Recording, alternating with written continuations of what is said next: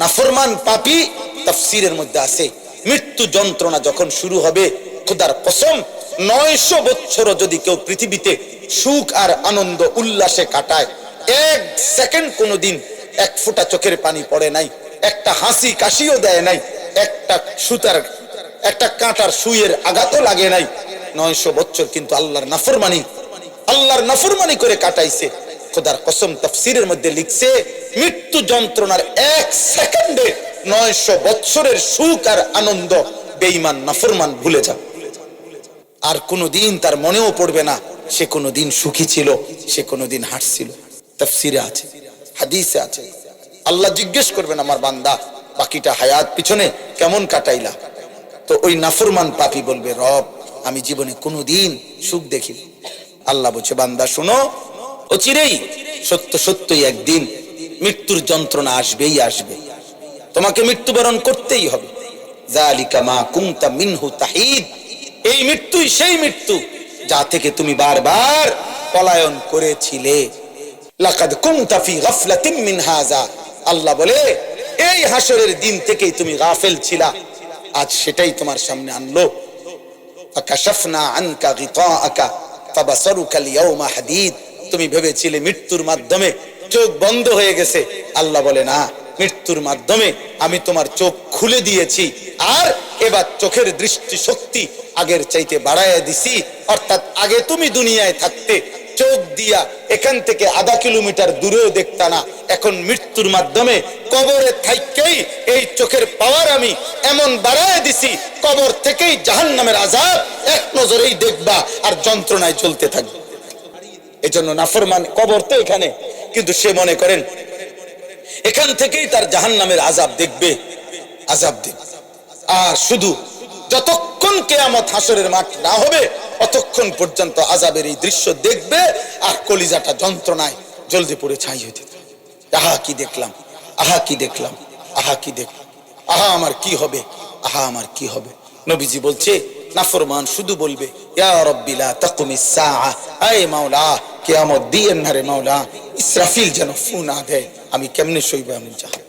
এমন অনেক ছেলে আছে যাদের জীবনে কেউ নাই বলার, আপন মা বাবাও যেন পর, আপন ঘরে ঘুমায়, বাবা মা জীবিত, 365 দিনের 1 বছর পার হয়ে গেছে, কিন্তু কোনো দিন ছেলেটা ফজরের নামাজ পড়ে না, বাবা মাও একবারও ডাকে না। আহা, এই দুর্ভাগার কপালে কেউ নেই, তার এই ডাকার মতো কেউ নেই। আমার মা, আমি কত বলছি, আমার আম্মা জীবন আম করে প্রাইমারি স্কুলের, আমার আব্বা প্রাইমারি স্কুলে মাস্টারি করতো, আব্বারে দিয়া মা ওই ঘন্টা ফিডি না, যে বেল ফিটে ঘন্টা ফিট, এগুলা কিনা আনাইছিল বাসায়। মায় ফজরের ওয়াক্তে আমগো সব রোমে রোমে দাঁড়ায় এই টুং টুং টুং টুং টুং করে ঘন্টা ফিরত, আমরা উঠা পর্যন্ত। আমার যখন 2টা বাচ্চা ছিল তখনও মায় উঠাইছে আমগো। কত সময় বলতাম যে মা উঠে গেছি, এটা এই ঘন্টা ফিডন বন্ধ করেন, উঠছি মা, হয়েছে তো এবার এটা বন্ধ করেন না। মায় বলতো যে না ফুত, এইডি আমি বুঝছি হতার থেকে কও, লাইট জ্বালাও, দুয়ার খোলো, মানে লাইট না জ্বালাইলে, দরজা না খুললে মা এটা বিশ্বাস করতো না যে উঠছি, যে কইছি হয়তো সবার থেকে কইছি, বুঝছেন না। এখনো মার 75 বছর বয়স, আমার আম্মা বাইচা আছে না, এখনো কথা বললে মা এই 2 কথা আজও বলে, আমার ভূত নওয়াজ শুনি, এটা বলেই মা, এখনো বলে মা ভূত নওয়াজ শুনি, আর আমারে আলাদা ভাবে বলে ভূত চাইও, মানুষের লগে টাকা পয়সা লইয়া চাইও, ঝামেলা করো না। কত শতবার যে কইছে মা আমার, আল্লাহ আমার মারে মাফ করে দেয়। তো বলতেছিলাম, হযরতে হাসান নবী সাল্লাল্লাহু আলাইহি সাল্লামের কলিজার টুকরা, আদরের নাতি না, হাসান হুসাইনের নাম জানেন না আমরা? এই হাসান যিনি বড় জন আর কি, ফাতেমা রাদিয়াল্লাহু তাআলা আনহার বড় ছেলে, নবী সাল্লাল্লাহু আলাইহি সাল্লামের প্রথম নাতি হাসান। তো হাসান রাদিয়াল্লাহু তাআলা আনহু তিনি হইছেন খলিফা, আমিরুল মুমিনিন, কিন্তু বরাবর 6 মাসের মাথায় তিনি আল্লাহর সন্তুষ্টির জন্য ইসলামী রাষ্ট্রের সার্বিক কল্যাণ চিন্তা করে মানে এগুলোর অনেক কথা আছে, বাকি আমি ছোট কথাটা বললাম আর কি। ইসলামী রাষ্ট্রের সার্বিক চিন্তা কল্পনা করে স্বেচ্ছায় ঠান্ডা মাথায় সুস্থ মস্তিষ্কে তিনি এই খেলাফত হযরত মুআবিয়া রাদিয়াল্লাহু তাআলা আনহুর হাতে তুলে দিয়েছেন। তুলে দিয়ে খেলাফত থেকে তিনি অব্যাহতি নিয়ে আনিছেন। তো আল্লাহর জন্য উনি খেলাফত বাদশাহী ছেড়ে দিয়েছেন একটা বিশাল অঞ্চলে। তো এরপরে আমরা কিতাবে পড়ছি প্রিয় নবী সাল্লাল্লাহু আলাইহি সাল্লাম, আপনারা সবাই জানেন শেষ জামানায় ইমাম মাহদী আসবে, জানেন, শুনছেন না এটা? এই মাহদী রাসূলুল্লাহ সাল্লাল্লাহু আলাইহি সাল্লাম বলছে, যদি শোনো পৃথিবীর আর একদিন বাকি, ইসরাফিল ফু দিতে আর একদিন বাকি আছে, তবুও বিশ্বাস করো উম্মত মাহদী আসবে এবং মাহদী যুদ্ধ করবে এবং আরেকবার কিয়ামতের আগে সারা পৃথিবীর প্রতি ইঞ্চি জমিনের মধ্যে ইসলামের খেলাফত উঠবে, ইসলামের পতাকা উঠবে, সারা বিশ্বময় সারা পৃথিবীর খেলাফতের বাদশাহী আরেকবার ইমাম মাহদী করবে। এটা নবী সাল্লাল্লাহু আলাইহি সাল্লামের ওয়াদা। আর নবীজির ওয়াদা গত 1450 বছরে একটাও বিফলে যায় না, এটাও যাবে না। এটাও কি যাবে না? বিফলে যাবে না, ভুল হবে না, ভুল হবে না। তিনি নিজের থেকে বলেন নাই, আল্লাহ বলছেন তো বলছেন। এখন শুনেন, এখন বিষয়টা হইল হাসান রাদিয়াল্লাহু তাআলা তিনি তো ইন্তেকাল করছেন সেই 1450-1400 বছর আগে। তাহলে ওই সময় তিনি খেলাফত ছেড়ে দিয়েছেন, আর শেষ জামানায় আসবে মাহদী, সারা পৃথিবীর প্রতি ইঞ্চি জমিনে তিনি খেলাফত প্রতিষ্ঠা করবেন। কারণ আমি কি বলতে চাচ্ছি, আমি বলতে চাচ্ছি যে কিতাবের মধ্যে কথা স্পষ্ট আছে। আমার কাছে মাউসুআতু আশরাতিস সাআ এরকম মোটা আরবি কিতাব আছে, ওই কিতাবে আছে কিয়ামতের আলামতের উপরে একদম বিশ্বকোষ। এই কিতাবের মধ্যে লিখছে রাসূলুল্লাহ সাল্লাল্লাহু আলাইহি সাল্লামের একাধিক হাদিস উল্লেখ করে সহিহ সনদে উল্লেখ করছে, নবীজি বলছেন শেষ জামানার যে মাহদী আসবে সারা পৃথিবীময় খেলাফত প্রতিষ্ঠা করবে, তিনি সরাসরি নবী বলছেন আমার নাতি হাসানের বংশধর। এই কথাটা বলা যায়, কার বংশধর হবে? হাসান। হাসান এই সেই হাসান, যেই হাসান একবার আল্লাহর সন্তুষ্টির জন্য খেলাফত ছেড়ে দিছে। তো পূর্বপুরুষের সেই মহান অবদান এবারে সেটা 1400 বছর পরে হোক আর 14,000 বছর পরে হোক, মাহদী যেদিন আসবে সে হাসানেরই বংশধর হবে, আর তিনি এই বংশেরই পুরুষ, তিনি মাহদী সারা বিশ্বময় আল্লাহর খেলাফত প্রতিষ্ঠিত করবে। তাহলে আমার বলার উদ্দেশ্য হলো এটা যে নেক আমল পরবর্তী বংশধরকে 1000 বছর পরে হোক, 5000 বছর পরে হোক, ওই পূর্ববর্তীর নেক আমলটা তার পরবর্তী বংশধরের জন্য কল্যাণ বয়ে আনে। ঠিক গুনাহ অকল্যাণ বয়ে আনে। অতএব আজকে বলছি বাবা, নওজোয়ান ভাই, তোমার পরেও পৃথিবী থাকবে। আল্লাহ চাহে তো তোমাদের হাতেও আল্লাহ দয়া করলে হায়াত দিলে আগামী জেনারেশন আসবে। আল্লাহ তোমাদেরকেও যদি বিবাহের তৌফিক দেয়, একজন স্ত্রী মিলবে, আল্লাহ চাইলে সন্তান আসবে, প্রিয় ভাই আমার, সে তো তোমার জেনারেশন, এর পরের জেনারেশন। তাহলে এই নেক্সট জেনারেশন যারা আগামী প্রজন্ম আসবে, আমার ভাইয়া, আমার বাবা, আমার আব্বা 43 বছর এক টানা কুমিল্লা শহরে ঠাকুরপাড়া মসজিদে ইমামতি করছে আমার আব্বা। তাহলে আমরা 5 ভাই বাবার সন্তান, মাদ্রাসায় পড়ালেখা করছি। তো বাবা আমাদেরকে আল্লাহর কোরআন হাতে তুলে দিয়ে গেছে, তাহলে আমরা আমাদের সন্তানকে এখন কোরআন পড়াইতে চাচ্ছি। আমার ভাই, আমার হাত জোড় করে একটা ছেলের কাছে অনুরোধ, তোমরা যারা 24 ঘন্টা এই নারী ছবি, উলঙ্গ দৃশ্য, জিনা, ব্যভিচার অথবা বন্ধুদের অসৎ আড্ডা, মুশরিক কাফিরদের মতো চুল, চেহারা, লেবাস, পোশাক, এক ওয়াক্ত নামাজ পড়তে মন চায় না, একটা সেজদা দিতেও মন চায় না, প্রিয় ভাই আমার, তোমার পরবর্তী জেনারেশনের কাছে তুমি কি দিয়া যায়? দোস্ত আমার, আগত প্রজন্মের কাছে তুমি কি দিবা? তাইলে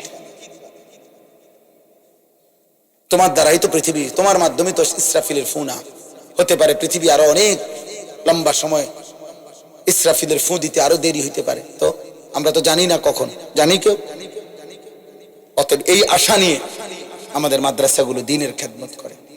এই ছোট্ট মুসলমানের বাচ্চাকে, 4 বছরের বাচ্চা, 5 বছরের বাচ্চা, 6 বছরের, 7 বছরের বাচ্চাকে আমরা নেই, আমরা ছোট বাচ্চা নেই নিয়া আমরা যেন অভিভাবককে বলি 5 বছরের জন্য, 6 বছরের জন্য বাচ্চাটা আমারে দেন, ইনশাআল্লাহ আপনি দিবেন একটা ছোট বাচ্চা, ঠিক বরাবর 5-7 বছর পরে আমরা আপনাকে দেব একটা হাফেজে কোরআন,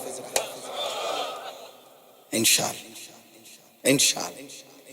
এই জন্য মুসা আলাইহিস সালামের মাকে আল্লাহ বলছিল, মুসার মা, বুঝছি তুমি ভয় পাইতে আসো, মুসারে তুমি পারতা না বুঝছি দুধ খাওয়াইতে, তুমি ঘরে রেখে পারতা না, ফেরাউনের বাহিনীর ভয়ে তুমি পারতা না বুঝছি, ঠিক আছে যাও বাদ দাও, ওই তো না তোমারে দিয়ে এখন, তবে এক কাজ করো, তুমি আমারে দিয়ে দাও, তুমি তারে এই ছোট্ট বাক্সে বইরা নদীতে ছেড়ে দাও, ফেলে দাও। হ্যাঁ, وأوحينا إلى أم موسى أن أرضعيه فإذا خفت عليه فألقيه في اليم। আল্লাহ বলছে ভয় পাচ্ছ, ঠিক আছে, বাক্স বৈরি করে ছোট্ট বাচ্চাকে পানিতে ফেলে দাও, উত্তাল সাগরের ঢেউ ছেড়ে দাও, বাকিটা আমি দেব। ইন্না রাদ্দুহু ইলাইকি, আমি আল্লাহ ওয়াদা দিলাম মুসার মা, কোরআনের আয়াত, পরে আমি তোমার কাছে আবার ফেরত দেব, তোমার সন্তান তোমার কাছে আসবে, আমি আল্লাহ এখন নিলাম আর কি, পরে আমি ফিরাই দেব। কেমনে ফিরাই দেব? ওয়াজাইলুহু মিনাল মুরসালিন। বাহ, আল্লাহ বলছে তুমি শুধু একটা ছেলে দাও ফেলায়া, আমি যখন তোমার কাছে ফেরত দেব তখন রাসূল বানিয়ে ফেরত দেব। কয়দিন পরে শুনবে সে মুসা নবী। এখন শুধু ছেলে দাও, আমি তোমারে নবী দেব, আমি তোমাকে কি দেব? এজন্য আপনি আল্লাহর কোরআনের কাছে সন্তান দেন, মাদ্রাসা ইনশাআল্লাহ রহম করলে মালিক আপনারে হাফেজে কোরআন দেবে ইনশাআল্লাহ ইনশাআল্লাহ ইনশাআল্লাহ। আল্লাহ আমাদেরকে তৌফিক দান করে। অতএব আমি অনুরোধ করি আমরা প্রত্যেকেই, আমাদের প্রত্যেকের এটা দরকার। শেষ কথা, আমার সাথী, আমার ভাই, আমার বন্ধু, হাসলেও মরে যাবেন, কাঁদলেও মরে যাবেন, সুখে থাকলেও মরে যাবেন, দুঃখে থাকলেও মরে যাবেন, সেজদা দিলেও মৃত্যু হবে, নাফরমানি করলেও মৃত্যু হবে। আল্লাহর বন্দিগি করতে করতে আব্দুল কাদের জিলানী রাহমাতুল্লাহ আলাইহি হয়ে গেলেও মৃত্যু হবে, আল্লাহর নাফরমানি করতে করতে ফেরাউন নমরুদ হলেও মৃত্যু হবে। সুখের রাতও ভোর হয়, দুঃখের রাতও ভোর হয়, বাসর রাতও ভোর হয়, ফাঁসির রাতও ভোর হয়, মদের রাতও ভোর হয়, তাহাজ্জুদের রাতও ভোর হয়, ভোর হয়, কোন রাতেই বাকি থাকে না। অতএব আমরা মরেই যাব ভাইয়া, আমরা চলেই যাব, আর আল্লাহ এটাই বলছেন। এইবার শুনেন, আমার কথা শেষ। আল্লাহ তাআলা বলেন, ওয়াজাআত সাকরাতুল মাউত বিল হক যালিকা মা কুনতা মিনহু তাহিদ। আল্লাহ বলছে, বান্দা শোনো, অচিরেই সত্য সত্যই একদিন মৃত্যুর যন্ত্রণা আসবেই আসবে, তোমাকে মৃত্যুবরণ করতেই হবে। যালিকা মা কুনতা মিনহু তাহিদ, এই মৃত্যুই সেই মৃত্যু যা থেকে তুমি বারবার পলায়ন করেছিলে। অনেকবার অসুস্থ হইছো, দৌড় দিয়া ডাক্তারের কাছে গেছো, ওষুধ আনছো, ভালো হয়ে গেছো। অনেকবার ছোটখাটো অ্যাক্সিডেন্ট হইছো, সেলাই করছো, ব্যান্ডেজ করছো, ওষুধ খাইছো, ভালো হয়ে গেছো। মানে তুমি কোনোবারই মরতে চাও নাই, প্রতিবারই সুস্থ হয়ে গেছো। তো তুমি ভাবছো এতবারের রোগ ব্যাধির পরে যেহেতু আমি প্রত্যেকবারই ভালো হয়ে গেছি, এই হিসাবে আমি আর মরবো না। আল্লাহ বলে, না বান্দা, রোগ সুখ, মাথা ব্যথা, জ্বর, সর্দি, পেট ব্যথা, এগুলো না বারবার আসে, কিন্তু মৃত্যু তো বারবার আসে না। মৃত্যু কেবল একবারই আসে, সে আসলে আর ফিরে যায় না, সে আসলে আর না নিয়ে যায় না। ওয়ালান ইউআখিরাল্লাহু নাফসান ইদা জাআ আজালুহা। আল্লাহ বলেন, মৃত্যুর সময় যখন হয়ে যায়, আমি রব্বুল আলামিন তখন 1 সেকেন্ডও দেরি করি না, আর কাউকে কোনোদিন সময় দেই না। ইদা জাআ আজালুহুম লা ইস্তাখিরুনা সাআতাও ওয়া লা ইস্তাকদিমুন। আল্লাহ বলেন, যখন মৃত্যুর সময় হয়ে যায়, 1 সেকেন্ডও দেরি হয় না, 1 সেকেন্ডও আগে আসে না। হাত্তা ইদা জাআ আহাদাহুমুল মাউত ক্বালা রাব্বিরজিউন। আল্লাহ বলেন প্রতিটা পাপী নাফরমান মৃত্যুর সময় যখন হয়ে যায়, আজরাইল যখন সামনে আসে চিৎকার দিয়ে আল্লাহকে বলে, আল্লাহ অল্প কিছুদিনের জন্য আরেকবার দুনিয়ায় ফেরত দেন, লাআল্লি আমালু সালিহান ফীমা তারাকতু, যেই আমলগুলো ছুটে গেছে মাওলা এবার যদি একটু সময় পাই সেই নেক আমলগুলো করব। আল্লাহ বলবেন কাল্লা, না বান্দা কখনোই না। আজরাইলকে সামনে এনে আমি ফেরাউনকেও তো ফেরত দেই নাই, তোমারে দেমু কেমনে? মালাকুল মউতকে সামনে এনে তো আমি কাউকেই ফেরত দেই নাই, দিয়েছে কাউরে? কথা বলে না, তাহলে তোমারে ফেরত দেব? অতএব এক চূড়ান্ত বাস্তবতা মৃত্যু, যেটা ইমানদারকেও গ্রহণ করতে হয়, নাফরমানকেও গ্রহণ করতে। অনুগত অবাধ্য, ক্ষমতাধর দুর্বল, সবল কিংবা দুর্বল, সম্পদশালী কিংবা অভাবী, রাজপ্রাসাদের কিংবা কুড়ে ঘরের, সকলকেই গ্রহণ করতে হয়। মৃত্যুর যন্ত্রণা সকলের হয়, ইমানদারেরও নাফরমানের। মৃত্যুর মুহূর্তে একটা যন্ত্রণা আছে, এটারে বলে সাকরাতুল মাউত। এটা ইমানদারেরও হয়, নাফরমানেরও। নবীজি সাল্লাল্লাহু আলাইহি সাল্লাম উনারও হয়েছে, হাদিসে, বিশুদ্ধ হাদিসে আছে। নবীজি ইন্তেকালের পূর্বে বারবার বলতেছিলেন, আল্লাহুম্মা আইন্নী আলা সাকারাতিল মাউত, আল্লাহ মৃত্যু যন্ত্রণার এই মুহূর্তে আমারে আপনি সাহায্য করেন। আল্লাহ নবী বলছে, লা ইলাহা ইল্লাল্লাহ ইন্না লিল মাউতি সাকারাত, আল্লাহ আপনি ছাড়া কোনো ইলাহ নাই, মৃত্যুর বড় যন্ত্রণা। কিন্তু মজার বিষয় হলো, ইমানদার, সমস্ত নেককার ইমানদারের মৃত্যু যন্ত্রণা যদি শুরু হয়, যদিও যন্ত্রণা, কিন্তু তার দিল খুশি হয় এই কথা ভেবে যে মৃত্যুর এই যন্ত্রণা শেষ হবে, মৃত্যু হবে আমার আর আমার পরম বন্ধু, গত 60 বছর 50 বছর দিবানিশি যারে ডাকছি, রাতে দিনে গভীরে একাকী, যে মালিকরে ডাকছি, যারে আমি বারবার সেজদা দিছি, আমার সেই পরম বন্ধু, আমার রব, আমার মাওলার মোলাকাতের সময় হয়ে গেছে। আর নাফরমান পাপী, তাফসীরের মধ্যে আছে, মৃত্যু যন্ত্রণা যখন শুরু হবে, খোদার কসম 900 বছর যদি কেউ পৃথিবীতে সুখ আর আনন্দ উল্লাসে কাটায়, এক সেকেন্ড কোনোদিন এক ফোঁটা চোখের পানি পড়ে নাই, একটা হাসি কাশিও দেয় নাই, একটা সুতার, একটা কাঁটার সুইয়ের আঘাতও লাগে নাই, 900 বছর কিন্তু আল্লাহর নাফরমানি করে কাটাইছে। খোদার কসম তাফসীরের মধ্যে লিখছে, মৃত্যু যন্ত্রণার এক সেকেন্ডে 900 বছরের সুখ আর আনন্দ বেঈমান নাফরমান ভুলে যাবে, আর কোনোদিন তার মনেও পড়বে না সে কোনোদিন সুখী ছিল, সে কোনোদিন হাসছিল। তাফসীরে আছে, হাদিসে আছে। আল্লাহ জিজ্ঞেস করবেন, আমার বান্দা বাকিটা হায়াত পিছনে কেমন কাটাইলা? তো ওই নাফরমান পাপী বলবে, রব আমি জীবনে কোনোদিন সুখ দেখিনি। চালাক ভাইবেন না বাবা, আমিও না, আপনিও না, জওয়ান ভাই তোমরাও না, নিজেরে খুব চালাক মনে করো না। আব্বা তুমি চালাক না, মূলত তুমি বাঁধন হারা, অর্থাৎ তুমি দুর্ভাগা। তোমার মা আর তোমারে আল্লাহর দিকে ডাকে না, বাবা আর আল্লাহর দিকে ডাকে না, এই সমাজের কেউ তোমারে আল্লাহর দিকে ডাকে না, তোমারে গুনার মধ্যে ছেড়ে দিছে। সবাই তোমারে বলে দিছে, যা, নারী, ছবি, মোবাইল, অস্থির দৃশ্য, উলঙ্গ নাচ গান, হারাম ছবি, বন্ধুদের অসৎ আড্ডা, যা ঠিক আছে তোকে ছেড়ে দিলাম। এটা কোনো সফলতা? কাউকে চোখের সামনে আগুনের দিকে ছেড়ে দেওয়া, এটা কোনো সফলতা? অতএব যেই সমস্ত ছেলে মনে করছো তোমারে কেউ কিছু বলতেছে না, না রে ভাইয়া, বদনসিব তুমি। এজন্য তোমার কপালে একজন অভিভাবক জোটে নাই যে তোমারে আখিরাতের দিকে টানে। আফসোস করতে হবে, আফসোস। আল্লাহ আমাদেরকে হেফাজত করে, আল্লাহ প্রত্যেকটা সন্তানকে হেফাজত করে, আল্লাহ সকলকে হেফাজত করে। আল্লাহ বলেন, ওয়ানুফিখা ফিস-সূর, একদিন ইসরাফিল ফু দিবে, হাসরের মাঠ কায়েম হবে, যালিকা ইয়াউমুল ওয়াঈদ, আর সেটা বড় ভয়ানক দিন বান্দা।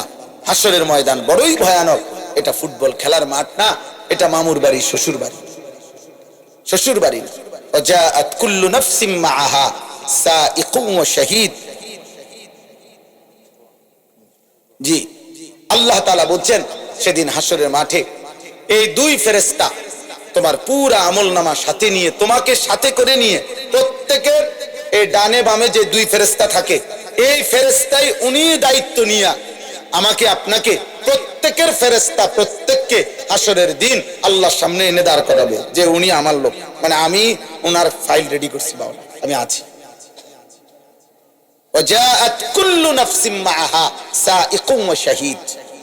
এই দুই ফেরেশতা আলাদা আলাদা সবাই, এই যার যার ফেরেশতা তাকে নিয়ে হাসরের ময়দানে আনবে, আল্লাহর সামনে ফাইল জমা দিবে। আল্লাহ একজনকে বলবে তুমি সামনে থাকো, আরেক ফেরেশতাকে বলবে তুমি মুখে বলো, পড়ে শোনাও, অর্থ ওরে শোনাও, দেখো কোনো ভুলটুল আছে কিনা, ওরে জিজ্ঞাসা করো কোনো বেশি কম হয়েছে কিনা। লাকাদ কুনতা ফি গাফলাতিন মিন হাযা, আল্লাহ বলে এই হাসরের দিন থেকেই তুমি গাফেল ছিলা, আজ সেটাই তোমার সামনে আনলো। ফাকাশাফনা আনকা গিতাআকা ফাবাসারুকা আল-ইয়াওমা হাদীদ, তুমি ভেবেছিলে মৃত্যুর মাধ্যমে চোখ বন্ধ হয়ে গেছে, আল্লাহ বলে না, মৃত্যুর মাধ্যমে আমি তোমার চোখ খুলে দিয়েছি, আর এবার চোখের দৃষ্টি শক্তি আগের চাইতে বাড়ায় দিছি। অর্থাৎ আগে তুমি দুনিয়ায় থাকতে চোখ দিয়া এখান থেকে আধা কিলোমিটার দূরেও দেখতা না, এখন মৃত্যুর মাধ্যমে কবরে থাইকেই এই চোখের পাওয়ার আমি এমন বাড়ায় দিছি, কবর থেকেই জাহান্নামের আযাব এক নজরেই দেখবা আর যন্ত্রণায় চলতে থাকবে। ফাবাসারুকা আল-ইয়াওমা হাদীদ, এটার অর্থ এটা, চোখের দৃষ্টি শক্তি বাড়িয়ে দিলাম। এজন্য নাফরমান কবর তো এখানে, কিন্তু সে মনে করেন এখান থেকেই তার জাহান্নামের আযাব দেখবে, আযাব দেখবে। আর শুধু যতক্ষণ কিয়ামত হাসরের মাঠ না হবে ততক্ষণ পর্যন্ত আযাবের এই দৃশ্য দেখবে, আর কলিজাটা যন্ত্রণায় জ্বলতে পড়ে ছাই হইতে থাকে। আহা কি দেখলাম, আহা কি দেখলাম, আহা কি দেখলাম, আহা আমার কি হবে, আহা আমার কি হবে। নবীজি বলছে নাফরমান শুধু বলবে ইয়া রাব্বি লা তাকুমিস সাআ, আয় মাওলা কিয়ামত দিয়েন না রে মাওলা, ইসরাফিল যেন ফু না দেয়, আমি কেমনে সইব এমন জাহান্নাম। আল্লাহ আমাকে হেফাজত করেন, আল্লাহ আমাদের সবাইকে হেফাজত করেন। আল্লাহ তাআলা এই আব্দুস সাত্তার দারুস সালাম মাদ্রাসা কবুল করেন। আমাদের প্রিয় ভাই মাওলানা কামাল ভাই, এই মাদ্রাসা আমাদের, আমরা আলহামদুলিল্লাহ আমাদের একটা সংগঠন আছে কুমিল্লা জেলা কওমি মাদ্রাসা সংগঠন, এই সংগঠন বুড়িচং উপজেলার অন্তর্ভুক্ত মাদ্রাসা এটা। আলহামদুলিল্লাহ আমরা নিয়মিত এই মাদ্রাসায় মিটিং করি, বিভিন্ন পরামর্শ করি, দ্বীনি কাজের ফিকির করি। অনেক সময় আমি এখানে আসি,